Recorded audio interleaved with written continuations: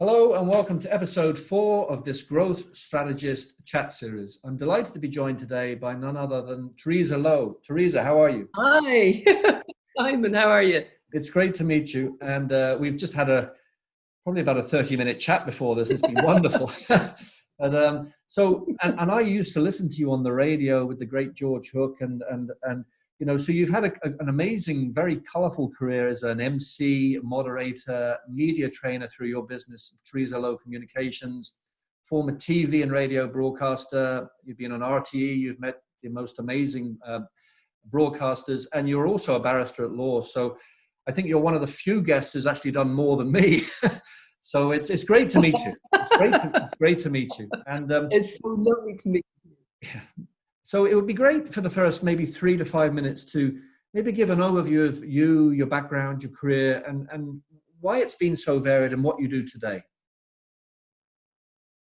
Yes, well, you've kind of covered everything there with that introduction, and I'm hugely flattered that you listened to me when I was on the George Hook show, which I thoroughly enjoyed. I suppose everything I've done, Simon, from the very get-go has been communications and communicating. Yeah. And it's funny, I started off in RTE at the age of 20. When I was 19, I was in UCD studying English and Greek and Roman civilization, and I was acting at the time, and I thought, God, I'm broke, I need some money. I'll go down to RTE with my CV and see if they'll audition me for some of their plays, thinking it was that easy.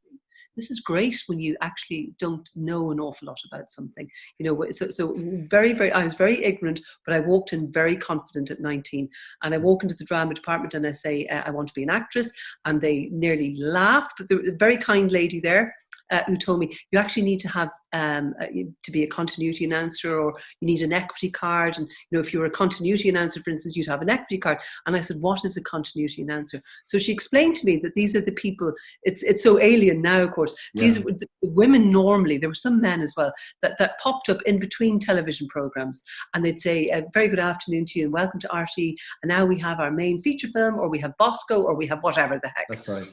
Yeah. And so she had explained to me what that was. So I had a second CV on me. So I walked over to the main building in RTE, and I asked to see the head of everything and the head of presentation. And so two people walked down the stairs. I'll never forget it. And the first thing I said to them was, I said, I would like you to have my CV. And I just want to tell you that it's my lifelong ambition to be a continuity announcer. Yeah. And they were very impressed, and I obviously wanted to get into the roundabout way into the acting, but they liked me. They liked the fact that I was studying. They liked that I had confidence. It taught me a very valuable lesson. Sometimes a job exists that hasn't been advertised. Yeah. So I created really the circumstances wherein I got a job then in RTE. Yeah. I had two things going against me. First of all, they said there isn't a position at the moment. I said, okay, I'll wait. And they said, the lady who was in the group of people that met me said, your hair is very long. Now, I could sit on my hair, as they say at the time. She said, you'll have to get it cut. On my way home, I got my hair cut, which was the first time in years. And then nothing. And I rang them every single week for 9 months. Yeah. And eventually, I think through desperation, they invited me in to a training session. It was with Richard Crowley as well, the really brilliant current affairs presenter. Two of us got an hour and a half of training, and then I was thrown on. But that's where I started, and I did that for 6 years. And I did various bits and pieces and telethons and all that kind of thing. And then an opportunity came up to present Where in the World. And Where in the World, remember, this was back in those days, there were two channels. There was RT1 and Network 2. Yeah. So I, through luck, really, luck is a huge part in many broadcasters' careers. Being in the right place at the right time. Yeah. George Hook is an example of that as well. Yeah. His career in broadcasting started at 57, and he was in the right place at the right time. But anyway, so Marty Whelan was given a job on Century Radio. Yeah. And the position of host on Where in the World became vacant, and I auditioned, and I learned something then as well, which has stayed with me to now and helps me now with my communications training, and it's about being prepared. Yeah. So that audition, I found out what the questions are, obviously what the answers are, a little bit of information around the questions that I could add a little bit of kind of context, Yep. you know, kind of a seemingly off the cuff remark. Okay. I put huge focus on finding the right outfit, Yeah. and red is a fabulous color on camera. I made sure that my makeup was perfect. I had written all of my links to all of the rounds. I learned them off by heart. The whole thing was literally, I mean, I literally put my heart and soul into the preparing for this. I did not wing it. And so and remember, I'm 6 years in this place. So I'm seeing cameramen and I'm seeing floor directors turning around in shock when they see me doing this thing, because I look like I've been doing it for years, but it's just that I was prepared. I was really prepared and got big. That's really interesting, because you talk about luck, but you're focusing on preparedness. And it's funny, I've just come off a mentoring session, and I talk about what I call strategic serendipity, right? And so, and you know, for people like you and I and successful leaders, there is an element of luck, but they have awareness, they have resilience, they have perseverance, and they also have this ability to demarcate between resilience but delusion, right? There are a lot of people who are delusional and keep pushing away. And so all of those things together make up what I call strategic serendipity, and therefore luck follows. And it sounds to me like, very similar to me, there's no substitute for hard work and preparation. And you agree with that? The harder I work, the luckier I get. That's what I'm saying. That's what I'm saying. Totally. Yeah. So you did that, and then you're in this business to be. You have to be very careful of being delusional. I'm thinking of the next Gay Byrne or the next Marion Finucane, because they have very special. I mean, there's nobody in the world like Gay Byrne who read a script and make it sound, when you were listening to him on the radio, as if he just thought of it. It was such a skill. You know, but certainly it's, what is it? If you spend 10,000 hours doing something, you become an expert. Certainly you can prepare, and that's what we do with Theresa Lowe Communications. We help people, particularly now and in the current climate. We help them prepare for online communications. And you know, I think you're very expert in this, and obviously you're an esteemed coach and mentor, Simon. But how people come across online now is absolutely paramount, and it is. There are skills that you need for this. Simple things like, before we started chatting to each other, I was making sure that you know, the position of my laptop, for instance, is okay, because you know, you don't want to frighten people. You know, it might be a while since people have seen me, and I'd like to have a fairly good image, and it makes you feel confident as well. Absolutely. It's a bit like, you know, when I've spoken at keynote speeches and conferences, and I've learned over the year, you get better and better, and you learn.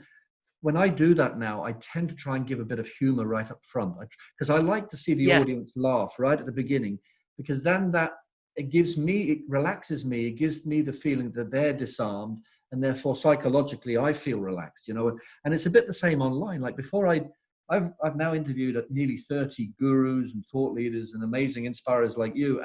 But every time I make sure my microphone's set up, I test it, I make sure the broadband's working, I make sure it's definitely plugged in, even though I don't need to do that. If I do that, I just feel completely relaxed. So back to you, Theresa. Oh, totally. You have to do that. So resilience has been a key part of your career, and so what are you focusing on today? Theresa Lowe Communications, but you're a barrister as well.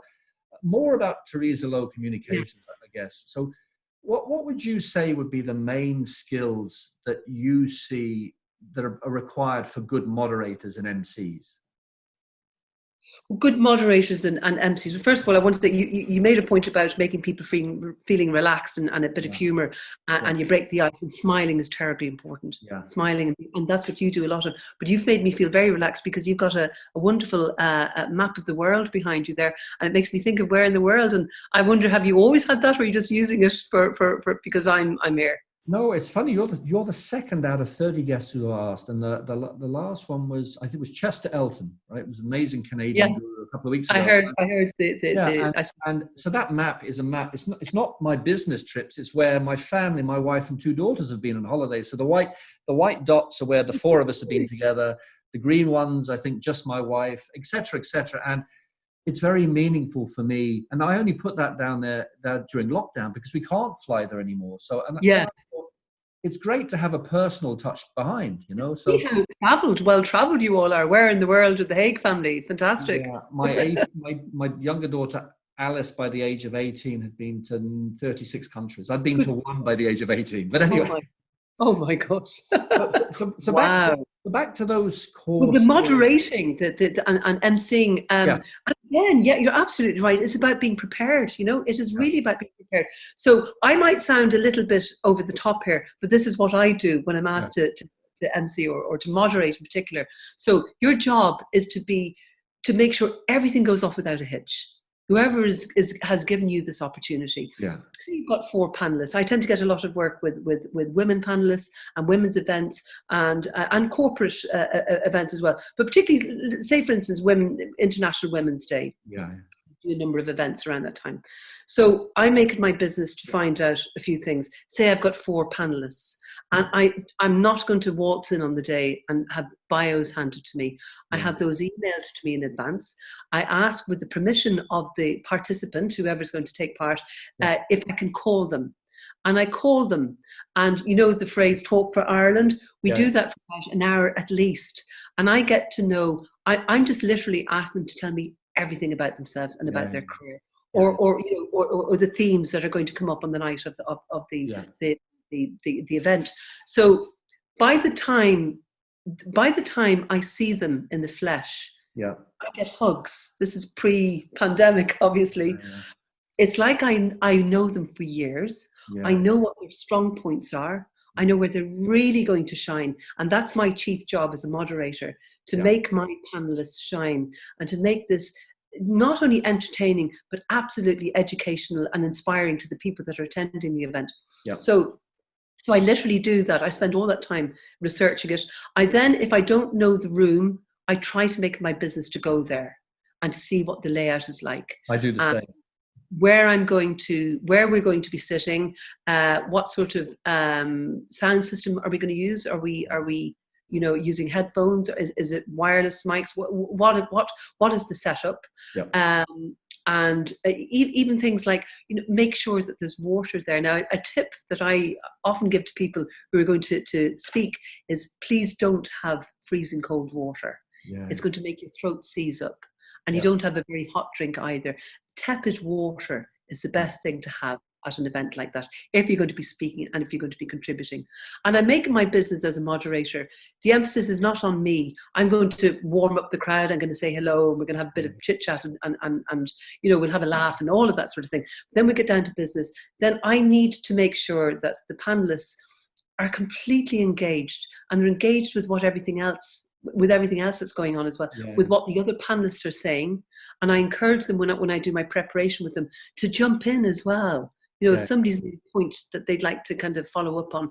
So you get this fantastic situation where the panelists, we're all so at ease with each other. The audience are loving it, because you can't fool an audience. yeah, And some of them paid good money to come to this event, yeah, and they want to learn, and they want to be inspired. So I always insist on huge audience participation as well. And we have a bit of crack, and I sometimes pretend I pretend to put on my big shoulders from my quiz show days, and I might ask a little question at the end for a quiz prize. And yeah, you do everything to make it smooth, seamless, yeah, inspiring. People will learn from it, that yeah, they go away.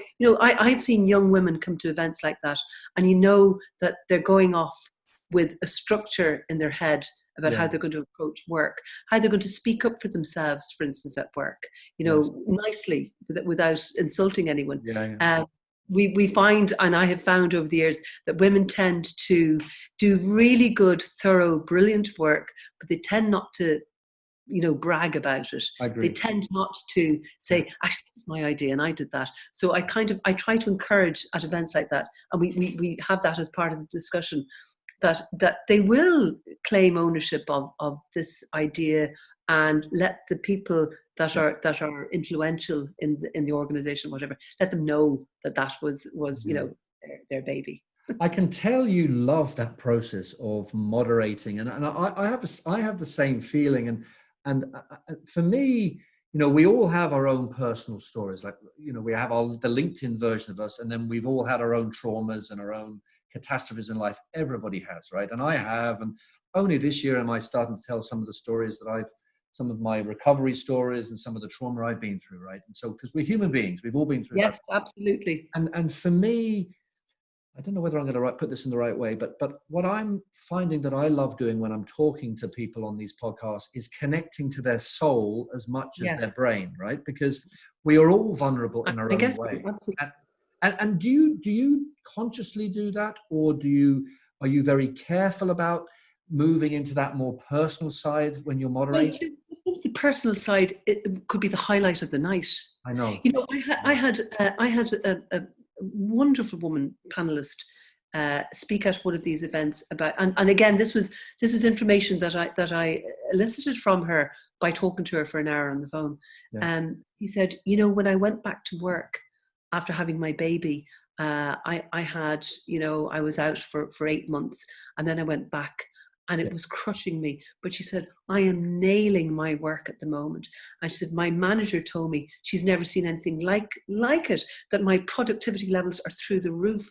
And she said, I came to the really significant conclusion that if I'm going to not be with my baby 8 hours a day, I'm going to make those 8 hours count. And I'm going to be brilliant. And I'm going to just, really shine. And that's what she did. And so from somebody who confessed to feeling, upset about the thought of leaving her baby, worried about it, you're always juggling, but she decided to put her heart and soul into work. If she's going to be working, then she was going to make it count. And so sometimes, when you are vulnerable, in America, I think there are certain banks, I could be wrong, but I think there are certain banks and organizations that will only invest in somebody who's been bankrupt a few times because they have learned. If you have a cosseted life and nothing goes wrong, you haven't learned much. It does, because it does eventually, I agree. And we all go through. I've had triumphs, I've had very serious lows, but I wouldn't be without any of it, because it's part and parcel of making me the person that I am today. And I'm that person then that can help somebody else and inspire somebody else and take the fear out of public speaking, which is our mission in Theresa Lowe Communications. We just want to eviscerate the fear that people have about public speaking. I think it's in the States that the number one fear is public speaking. Second fear is death. Just shows you how frightened people are of doing this. And it needn't be frightening at all. It's like the moderating. It's like the any kind of public speaking. You need to prepare. You need to think yourself confident. Think you're talking to a welcoming audience. Believe you're talking to a welcoming audience. Have a persona, which is you, but it's a more confident version of you. You an unflappable you. Doesn't matter what they're going to throw at you. You're going to be able for this, and you keep smiling. And smiling is huge. Like I tell everyone, I have people, I don't want to be smiling too much. I'm going to look like a ninny and I'm going to look silly. No, you won't. Because if you smile, the audience, the people that you're connecting with, they're going to smile back at you. Absolutely. If they smile at you, they're listening to you. And isn't that what you want? Exactly. 93% of communication is in the body language, facial expressions, hand. So just moving on in the last 5 minutes or so, obviously this year is a year that we're never going to forget. Like probably the first time that 7 billion people won't forget this year. And it hasn't been a great year, okay? But positives always come out of things. How do you see the media news industry and at the same time coaching and training in that industry being impacted by what we're going through now? Well, we're not going to focus on the negatives because there've been terrible aspects of this whole situation. But there've been some great upsides as well, and one of them is that we're all much more media savvy, Yeah. And we're all doing Zoom calls. Yeah. We're all becoming aficionados at this. Yeah. And I don't think I had heard of Zoom 5 months ago. No. And you know, there's wonderful, and on the negative side, you know, talking about media, you know, we've seen an explosion of things like photographs of doctors looking, you know, absolutely exhausted in corridors, Yeah. you know, on Instagram and Facebook, and people are relying on that as a source of news, and it's not. That Yeah. has nothing to do with the pandemic. So we need to learn and remember and recognize that we only rely on reputable sources for our news. But in terms of the you know, I mean, the Zoom and the technology is fantastic. It's really fantastic. I mean, you know, your phones as well. If you want to Zoom on your phones, the quality is fantastic. Yeah. In fact, my laptop is much more flattering than my phone. You might see more wrinkles if I was using my phone. I'm using my laptop here.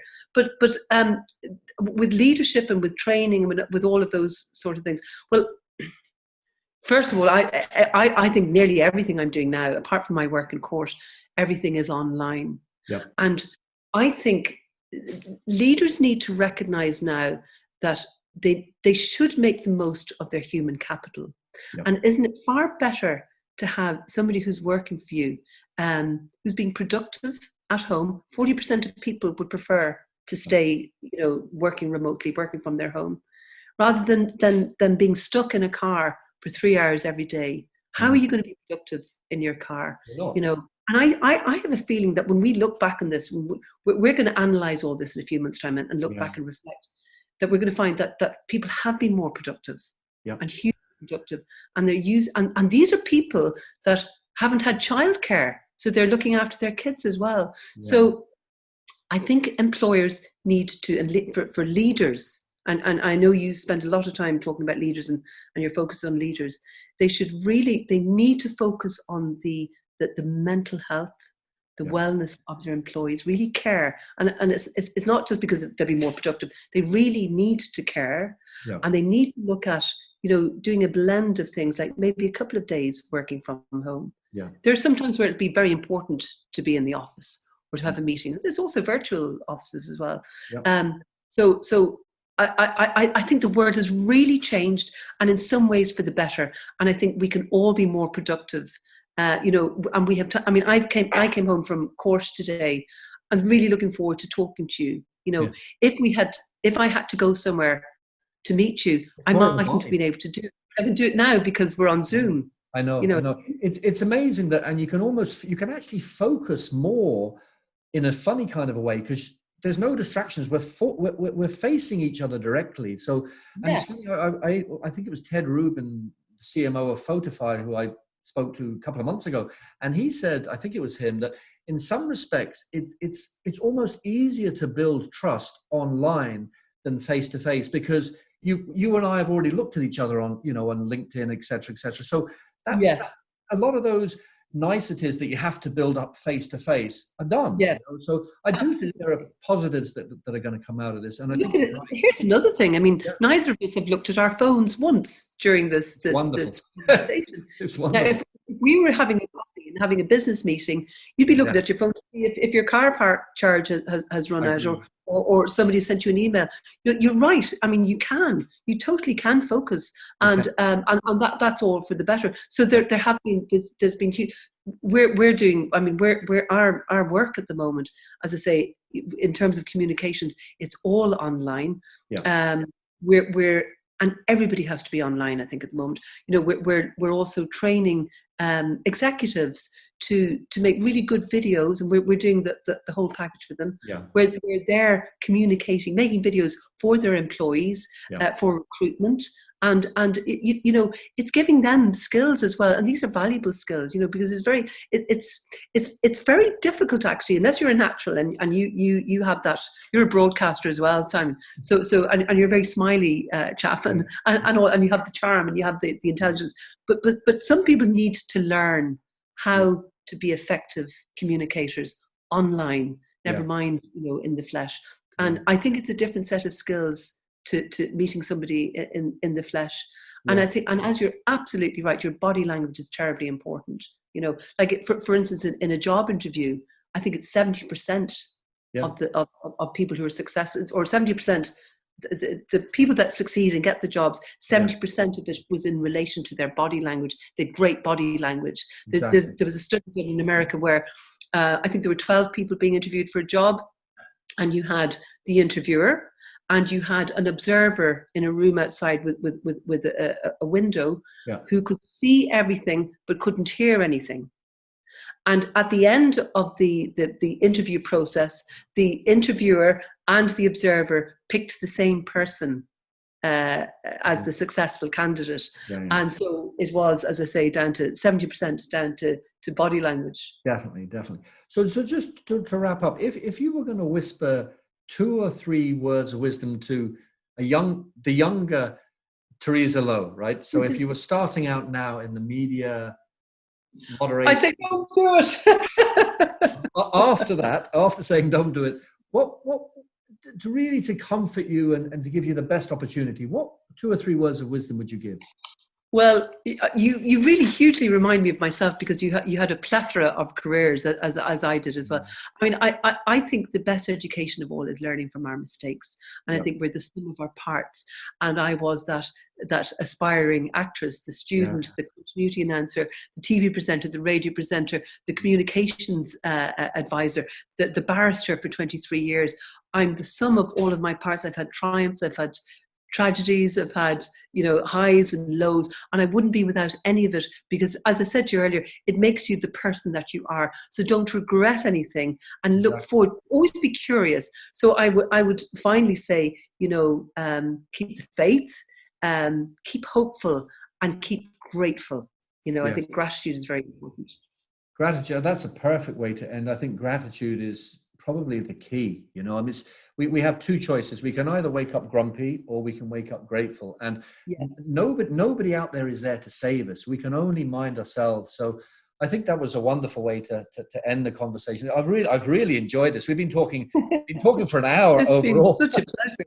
And so how do people find more about Theresa Lowe Communications and your work? Well, they can do what you did. They can contact me through LinkedIn. I'd be delighted to hear from them. And LinkedIn is this wonderful tool, and we're all using it so capably at the moment. It's a wonderful networking tool. So LinkedIn, theresalowe.ie, that's Theresa with a H and Lowe with an E. That's my website. Or tlowe@theresalowe.ie is my email address. And look, we all can be found. We're all available, and I would be delighted to hear from people that are interested in primarily becoming very effective communicators, and so that I can help them lose the fear from public speaking, because nobody needs to be frightened of speaking in public. Perfect. It's been wonderful talking to you, and thanks so much for your time. And I know we're going to keep in touch. And thank you. Thanks again. It's been wonderful, and it really, I'm still very drawn to your board back there. I can't believe your daughter at 18 has seen 36 countries. I'm doing something wrong here. You should write a book on that. She probably could write a book on it. Anyway, it's been great. Thanks so much, Simon. Thank you. Thanks. Bye. Great. Take care. Bye. Bye.